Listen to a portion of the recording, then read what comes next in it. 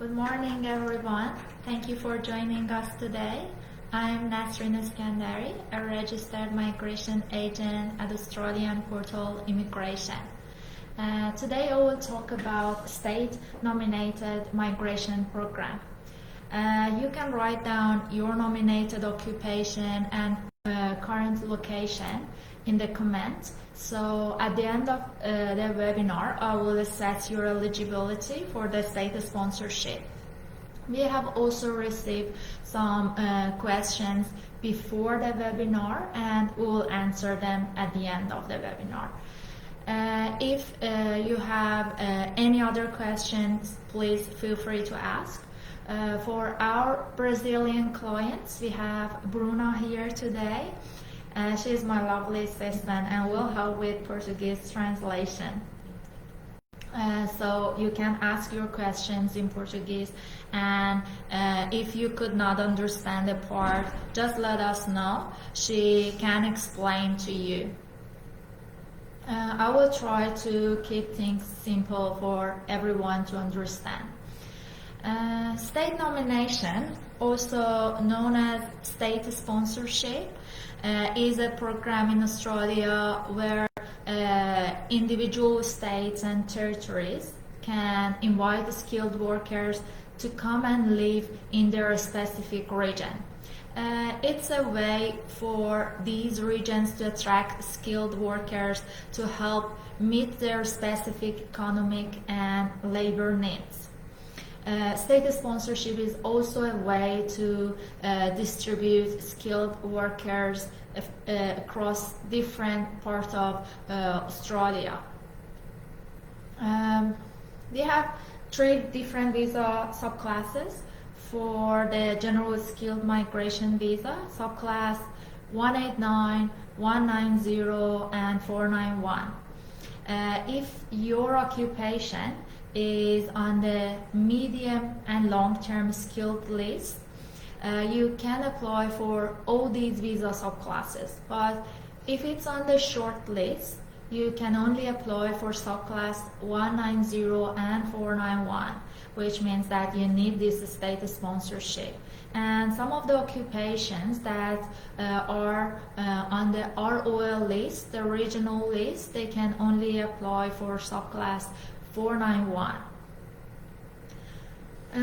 In general, a 190 visa is a type of a skilled visa, a GSM visa in Australia, and this allows you and your family members to live and work in Australia as a permanent resident. You should be committed to live for at least 2 years in the state that nominated you. And a 491 visa is an Australian skilled migration visa that allows you to live and work in a specific regional area of Australia. This is a provisional visa that will lead to permanent residency. You must live, work, or study only in a regional area while you're holding this visa.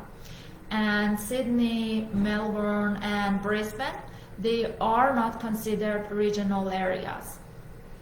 If you live for at least 3 years in a regional area, you can apply for the permanent residency. Even if your nominated occupation is on the medium or long-term list, it's better you apply for a state sponsorship to increase your chance of receiving an invitation to lodge a visa. State sponsorship is like getting special invitation from one of Australia's states or regions to come live and work there. Some of the benefits are extra points. You can earn more points, which make it easier to get an invitation. You will have extra 5 points on your EOI for subclass 190 and 15 points for subclass 491. And the other benefit is the faster process. your visa application gets processed more quickly, especially if you apply for the subclass 491 visa. And the third benefit is actually the best one.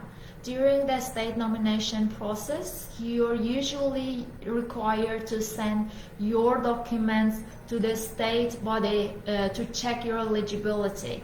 They also check if you have correctly claimed your points on the EOI and have enough evidence to support it. So state nomination approval will not guarantee visa grant, but it will decrease the chance of a visa refusal. The other good thing about this state nomination is the application fees. It's usually cheap or it's free in some states like Western Australia. In addition, most of the states provide support to help you settle in, like finding a home or a job after the visa is granted to you. And finally, both of these visa subclasses will give you Medicare benefits and permanent residency. Now we talk about how this state nomination works. As you may already know, the Australian government allocated around 70% lower places for all states and territories this financial year. And considering the limited available places, some states have changed the way that they nominate applicants. Most states prioritize onshore applicants who are already living in the state. They have also introduced a new criterion, which is having an occupation on the state's priority sector. The common criteria for all states is that you need to meet the basic visa eligibility for the nominated visa subclass. So it means that you must be under 14 years of old, have a valid skill assessment, and at least competent English, and a minimum 65 points on your EOI for the nominated visa subclass. And each state has its own eligibility criteria as well. So we start with New South Wales, which has the highest allocation. You must be living in New South Wales or overseas for at least 6 months to be invited. And you must submit an EOI and select New South Wales only for subclass 190. And if you're invited, you have only 14 days to apply for and provide the documents. So it's better you check their documents checklist and make sure you have all of them available. And New South Wales does not have a fixed invitation round, so you may expect to receive an invitation at any time. New South Wales prioritized EOIs submitted in the key industry sectors, and they are health, education, ICT, infrastructure, and agriculture. But there is no specific occupation list in New South Wales. And if your nominated occupation is in one of these key sectors, and you have high points, good English, and skilled work experience, you may receive an invitation sooner than the other applicants. After New South Wales, Victoria has the highest spot for state nomination. And to be considered for Victoria's state nomination, you should submit an ROI, registration of interest, on top of the EOI, and be offshore or live and work in Victoria. So you cannot be in other states and apply. And the priority sectors in Victoria are health, social service, ICT, early childhood, primary, secondary and special education teachers, advanced manufacturing, infrastructure, renewable energy, and hospitality and tourism. But the hospitality and tourism is only the priority for the subclass 491 visa.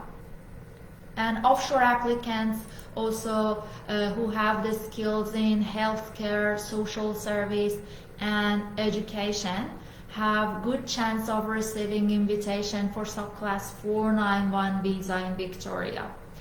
There are also other factors that they will consider in inviting the applicants, which is the age, the English language level, the year of experience in your nominated occupation, education and occupational skill level, and your partner's skills, if applicable, and your salary. But only for the onshore candidates, they check the salary as well. But Victoria and New South Wales, they don't have a skill list or separate pathway for their graduates. We also have Queensland. Queensland is also a popular state for overseas applicants, and they have a graduate pathway, but only for the higher education, not graduates of vet courses. Queensland has a skill occupation list, but only for offshore applicants, and based on the nominated occupation, you may need at least 2 to 5 years of work experience if you're applying from offshore. And their criteria for onshore applicants who are already living and working in Queensland is much easier to meet.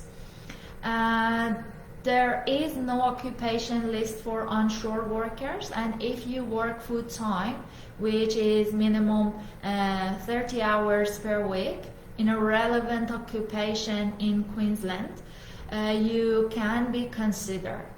For subclass 491, their work should be in a regional area, and Brisbane is not considered a regional area. For the subclass 190, you must have at least 75 points and work for at least 3 months before submitting your EOI to be considered, and also to get approval later. Now we move to most popular states for international students. These states offer specific nomination pathways to their graduates. We start with WA. Western Australia has separate occupation list and requirements for offshore, onshore, and graduates. And if you study in WA for 2 years, you can be considered under the graduate pathway without any relevant work experience. Same as New South Wales and Victoria, WA has a priority sector and also a list of occupations in critical demand. WA's industry sectors are building and construction, healthcare and social assistant, hospitality and tourism, and education and training. If your nominated occupation is in demand in WA, you can be invited even if you're living interstate. So the construction workers don't even need to the 6 months contract with a WA company for the 190 application, and for the 491 the same. So don't miss this opportunity if your occupation is in the demand list in WA and you're living in other state. WA has an invitation round each month, and when you're invited, you have 28 days to apply. South Australia used to be a popular place to move and study and work to apply and get a state nomination. But this year, to address the limited available spots, they introduced an invitation-based nomination like the other states. Before, if you met the eligibility criteria, you could apply directly to the state nomination. South Australia has an occupation list, and you can find the eligibility requirements for your nominated occupation on their website. And if you meet the requirements for one of the available pathways, you can submit an ROI and wait to receive an invitation. They will prioritize applicants working in South Australia and in a priority sector such as health and medical science, trades and construction, early childhood and teaching, digital technology, food and agribusiness, creative industries, tourism and hospitality, and finally resources, energy. You must have also lived at least 12 months in South Australia to be considered. We don't have time to talk about the territories, Australian Capital Territory and Northern Territory today. The last state that we explore is Tasmania. Tasmania has different nomination pathways, and each has different requirements. There is an eligibility checker available on their website that you can use to find out which is the most suitable pathway for your case. For the graduate pathway, you must study for at least 2 years in Tasmania. And you must submit an ROI and wait to receive an invitation. If your occupation is on Tasmania's skilled occupation list and you work for 6 months for at least 20 hours per week in Tasmania, you will get a green pass and are likely to be invited to apply for nomination within 2 months of submitting the ROI. And Tasmania has a critical role list, and if your nominated occupation is also on that list, and you work for 3 months in that area in Tasmania, you will get a gold pass. So it means that you can submit the nomination application immediately when you get this gold pass. And based on this, Tasmania could be a good destination to move to for applicants who have an occupation in the critical role list. And please note that each state can change their occupation list and their eligibility criteria at any time, and they may also close their nomination program if they reach to their annual quota. We publish updated news about each state on our social media pages and also on our website's blog. I suggest you keep an eye on them during the process. We can also assist you in nominating the right occupation based on your qualification and work experience, then assist you with the skill assessment, submit the EOI, and act on your behalf for the state nomination and the visa process. You must meet various criteria to be granted a general skilled migration visa. A migration agent can help you reduce the refusal risk. I have seen many applicants losing their migration chance just for a simple mistake. For example, I had one who had submitted an EOI for New South Wales and received the invitation email on his spam, and when he found out, it was too late to accept the invitation and apply. We can also help you prepare a decision-ready application with all the required documents for the delegate to decide in your favor. Another common mistake in the GSM visa is claiming the wrong points.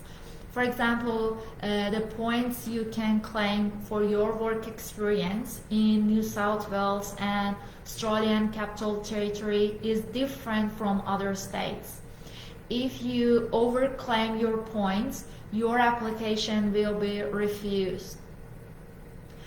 I tried to explain the state nomination criteria and compared the states, but if you want to get more information and have your individual case assessed, please feel free to contact us or book an appointment. Now we move to the questions that we have received. So let's see. We start with the questions that were received before the webinar, so we answered them. And do you have the questions that we have received? Yes, it's here. Okay, one from Gabriel.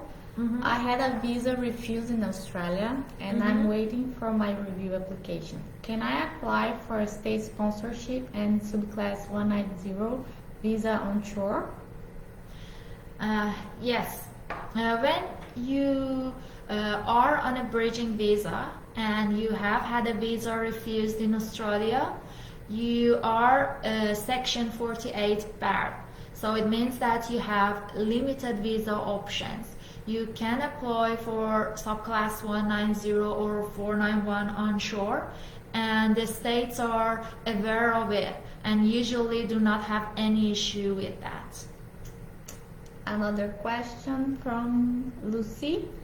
I received an invitation from Queensland for subclass 491, but I prefer to wait for a subclass 190 invitation. Will I receive another one for the 190? In general, if you prefer 190, you should only choose this visa subclass in your EOI, because you have 10 extra points for the subclass 491 comparing to the 190, and you will receive the invitation earlier than that. So in some states like Queensland, it is a deadly mistake, as they will not re-invite you and you must wait for at least 6 months to submit a new EOI and be considered. A question from Manfred. I have studied a 1-year diploma in Western Australia. Can I receive an invitation under the graduate scheme? For WA, you must study for 2 years full-time to be eligible. But the good thing is that they accept English studies as well. So if you have studied English in a CRICUS registered institute in Western Australia prior to your diploma, you may still be eligible. I have another comment on Facebook. Omer Turk. Thank you for information. No worries. Mandlov, sorry if I'm pronouncing it wrong. Mandlovo. Thank you so much about the information. I'm a South African qualified teacher with 9 years experience and seeking opportunity in Australia. Please assist me and my email address. Thank you. We will send you an email back. Yeah. Manolo, you are a very good presenter. You speak clearly, and this is a common common. Thank you. And he also asked another questions. Yeah, is it possible for a qualified South African qualified teacher to secure employment in Australia? I have 9 years teaching experience. So it depends on the level of teaching. So if it's primary or middle school or secondary school teacher, usually the first thing that you need is a bachelor's degree in teaching. And there are some requirements for the qualification. For example, there is a requirement, I think 45 days of teaching experience during the study, so it's like a work placement. And also there is an English requirement for the teachers for the skill assessment, which is the first step of applying for a visa. So it means that you need to have IELTS academic, and this IELTS academic you should get 8 in speaking and listening, and at least 7 in reading and writing. If you meet these criteria, then you can get the skill assessment and start the process. It depends on your age also, so we need to check if you meet the age requirements, and the English level. You already need to provide proof in the skill assessment process. And we also need to check if, for example, you have a higher degree, for example a PhD. Or another thing that we will consider is your work experience. So you said you have 9 years experience, which you will get the highest point for overseas work experience, which is 15 points. And it also depends on your marital status and your partner's skills. So you have already put your email address here in the comments, so we will contact you with more details. Another question from August Moore. How the invitations of Australia, how the invitation of WA going? Any news? When is the next round? Yeah, they had an invitation round at the end of August, and we already have the outcome of that invitation. So most of the occupations that they invited were construction occupations, and they even invited applicants from overseas. But for the next invitation round, they have not published on their website, but usually at the end of each month they will have one. So it's monthly in Western Australia. It's not a question. Mandlo. The same person. Yeah, so it's bachelor's degree in education. So it's good. So we also need to check the transcript and also the work placement. So he's 30 and willing to attend the skill assessment. So if you meet the English language proficiency as well, then yeah, you can start the process, the skill assessment process, and then later apply for a general skilled visa or even employer sponsored visa. And if you're 30, you also have the highest point for the age until you turn 33. That's it. There is another one on Facebook. Brown color. Which is the age limit for applying for work visa? For work visa, we do have different visas in Australia, different visa subclasses that allows you to work. And for most of them, with the permanent pathway, the age limit is 45. but for the employer-sponsored visa subclass 482, we do not have any age limit, so you can apply even if you are over 45. There is also another option which is called DAMA. That one is also an employer-sponsored visa. For the DAMA, in most of the designated regional areas, they accept you until you turn 55. So it depends on your occupation as well. So we need to check if there is any available DAMA and if you meet the requirements for the application. So, did we have received any on Instagram?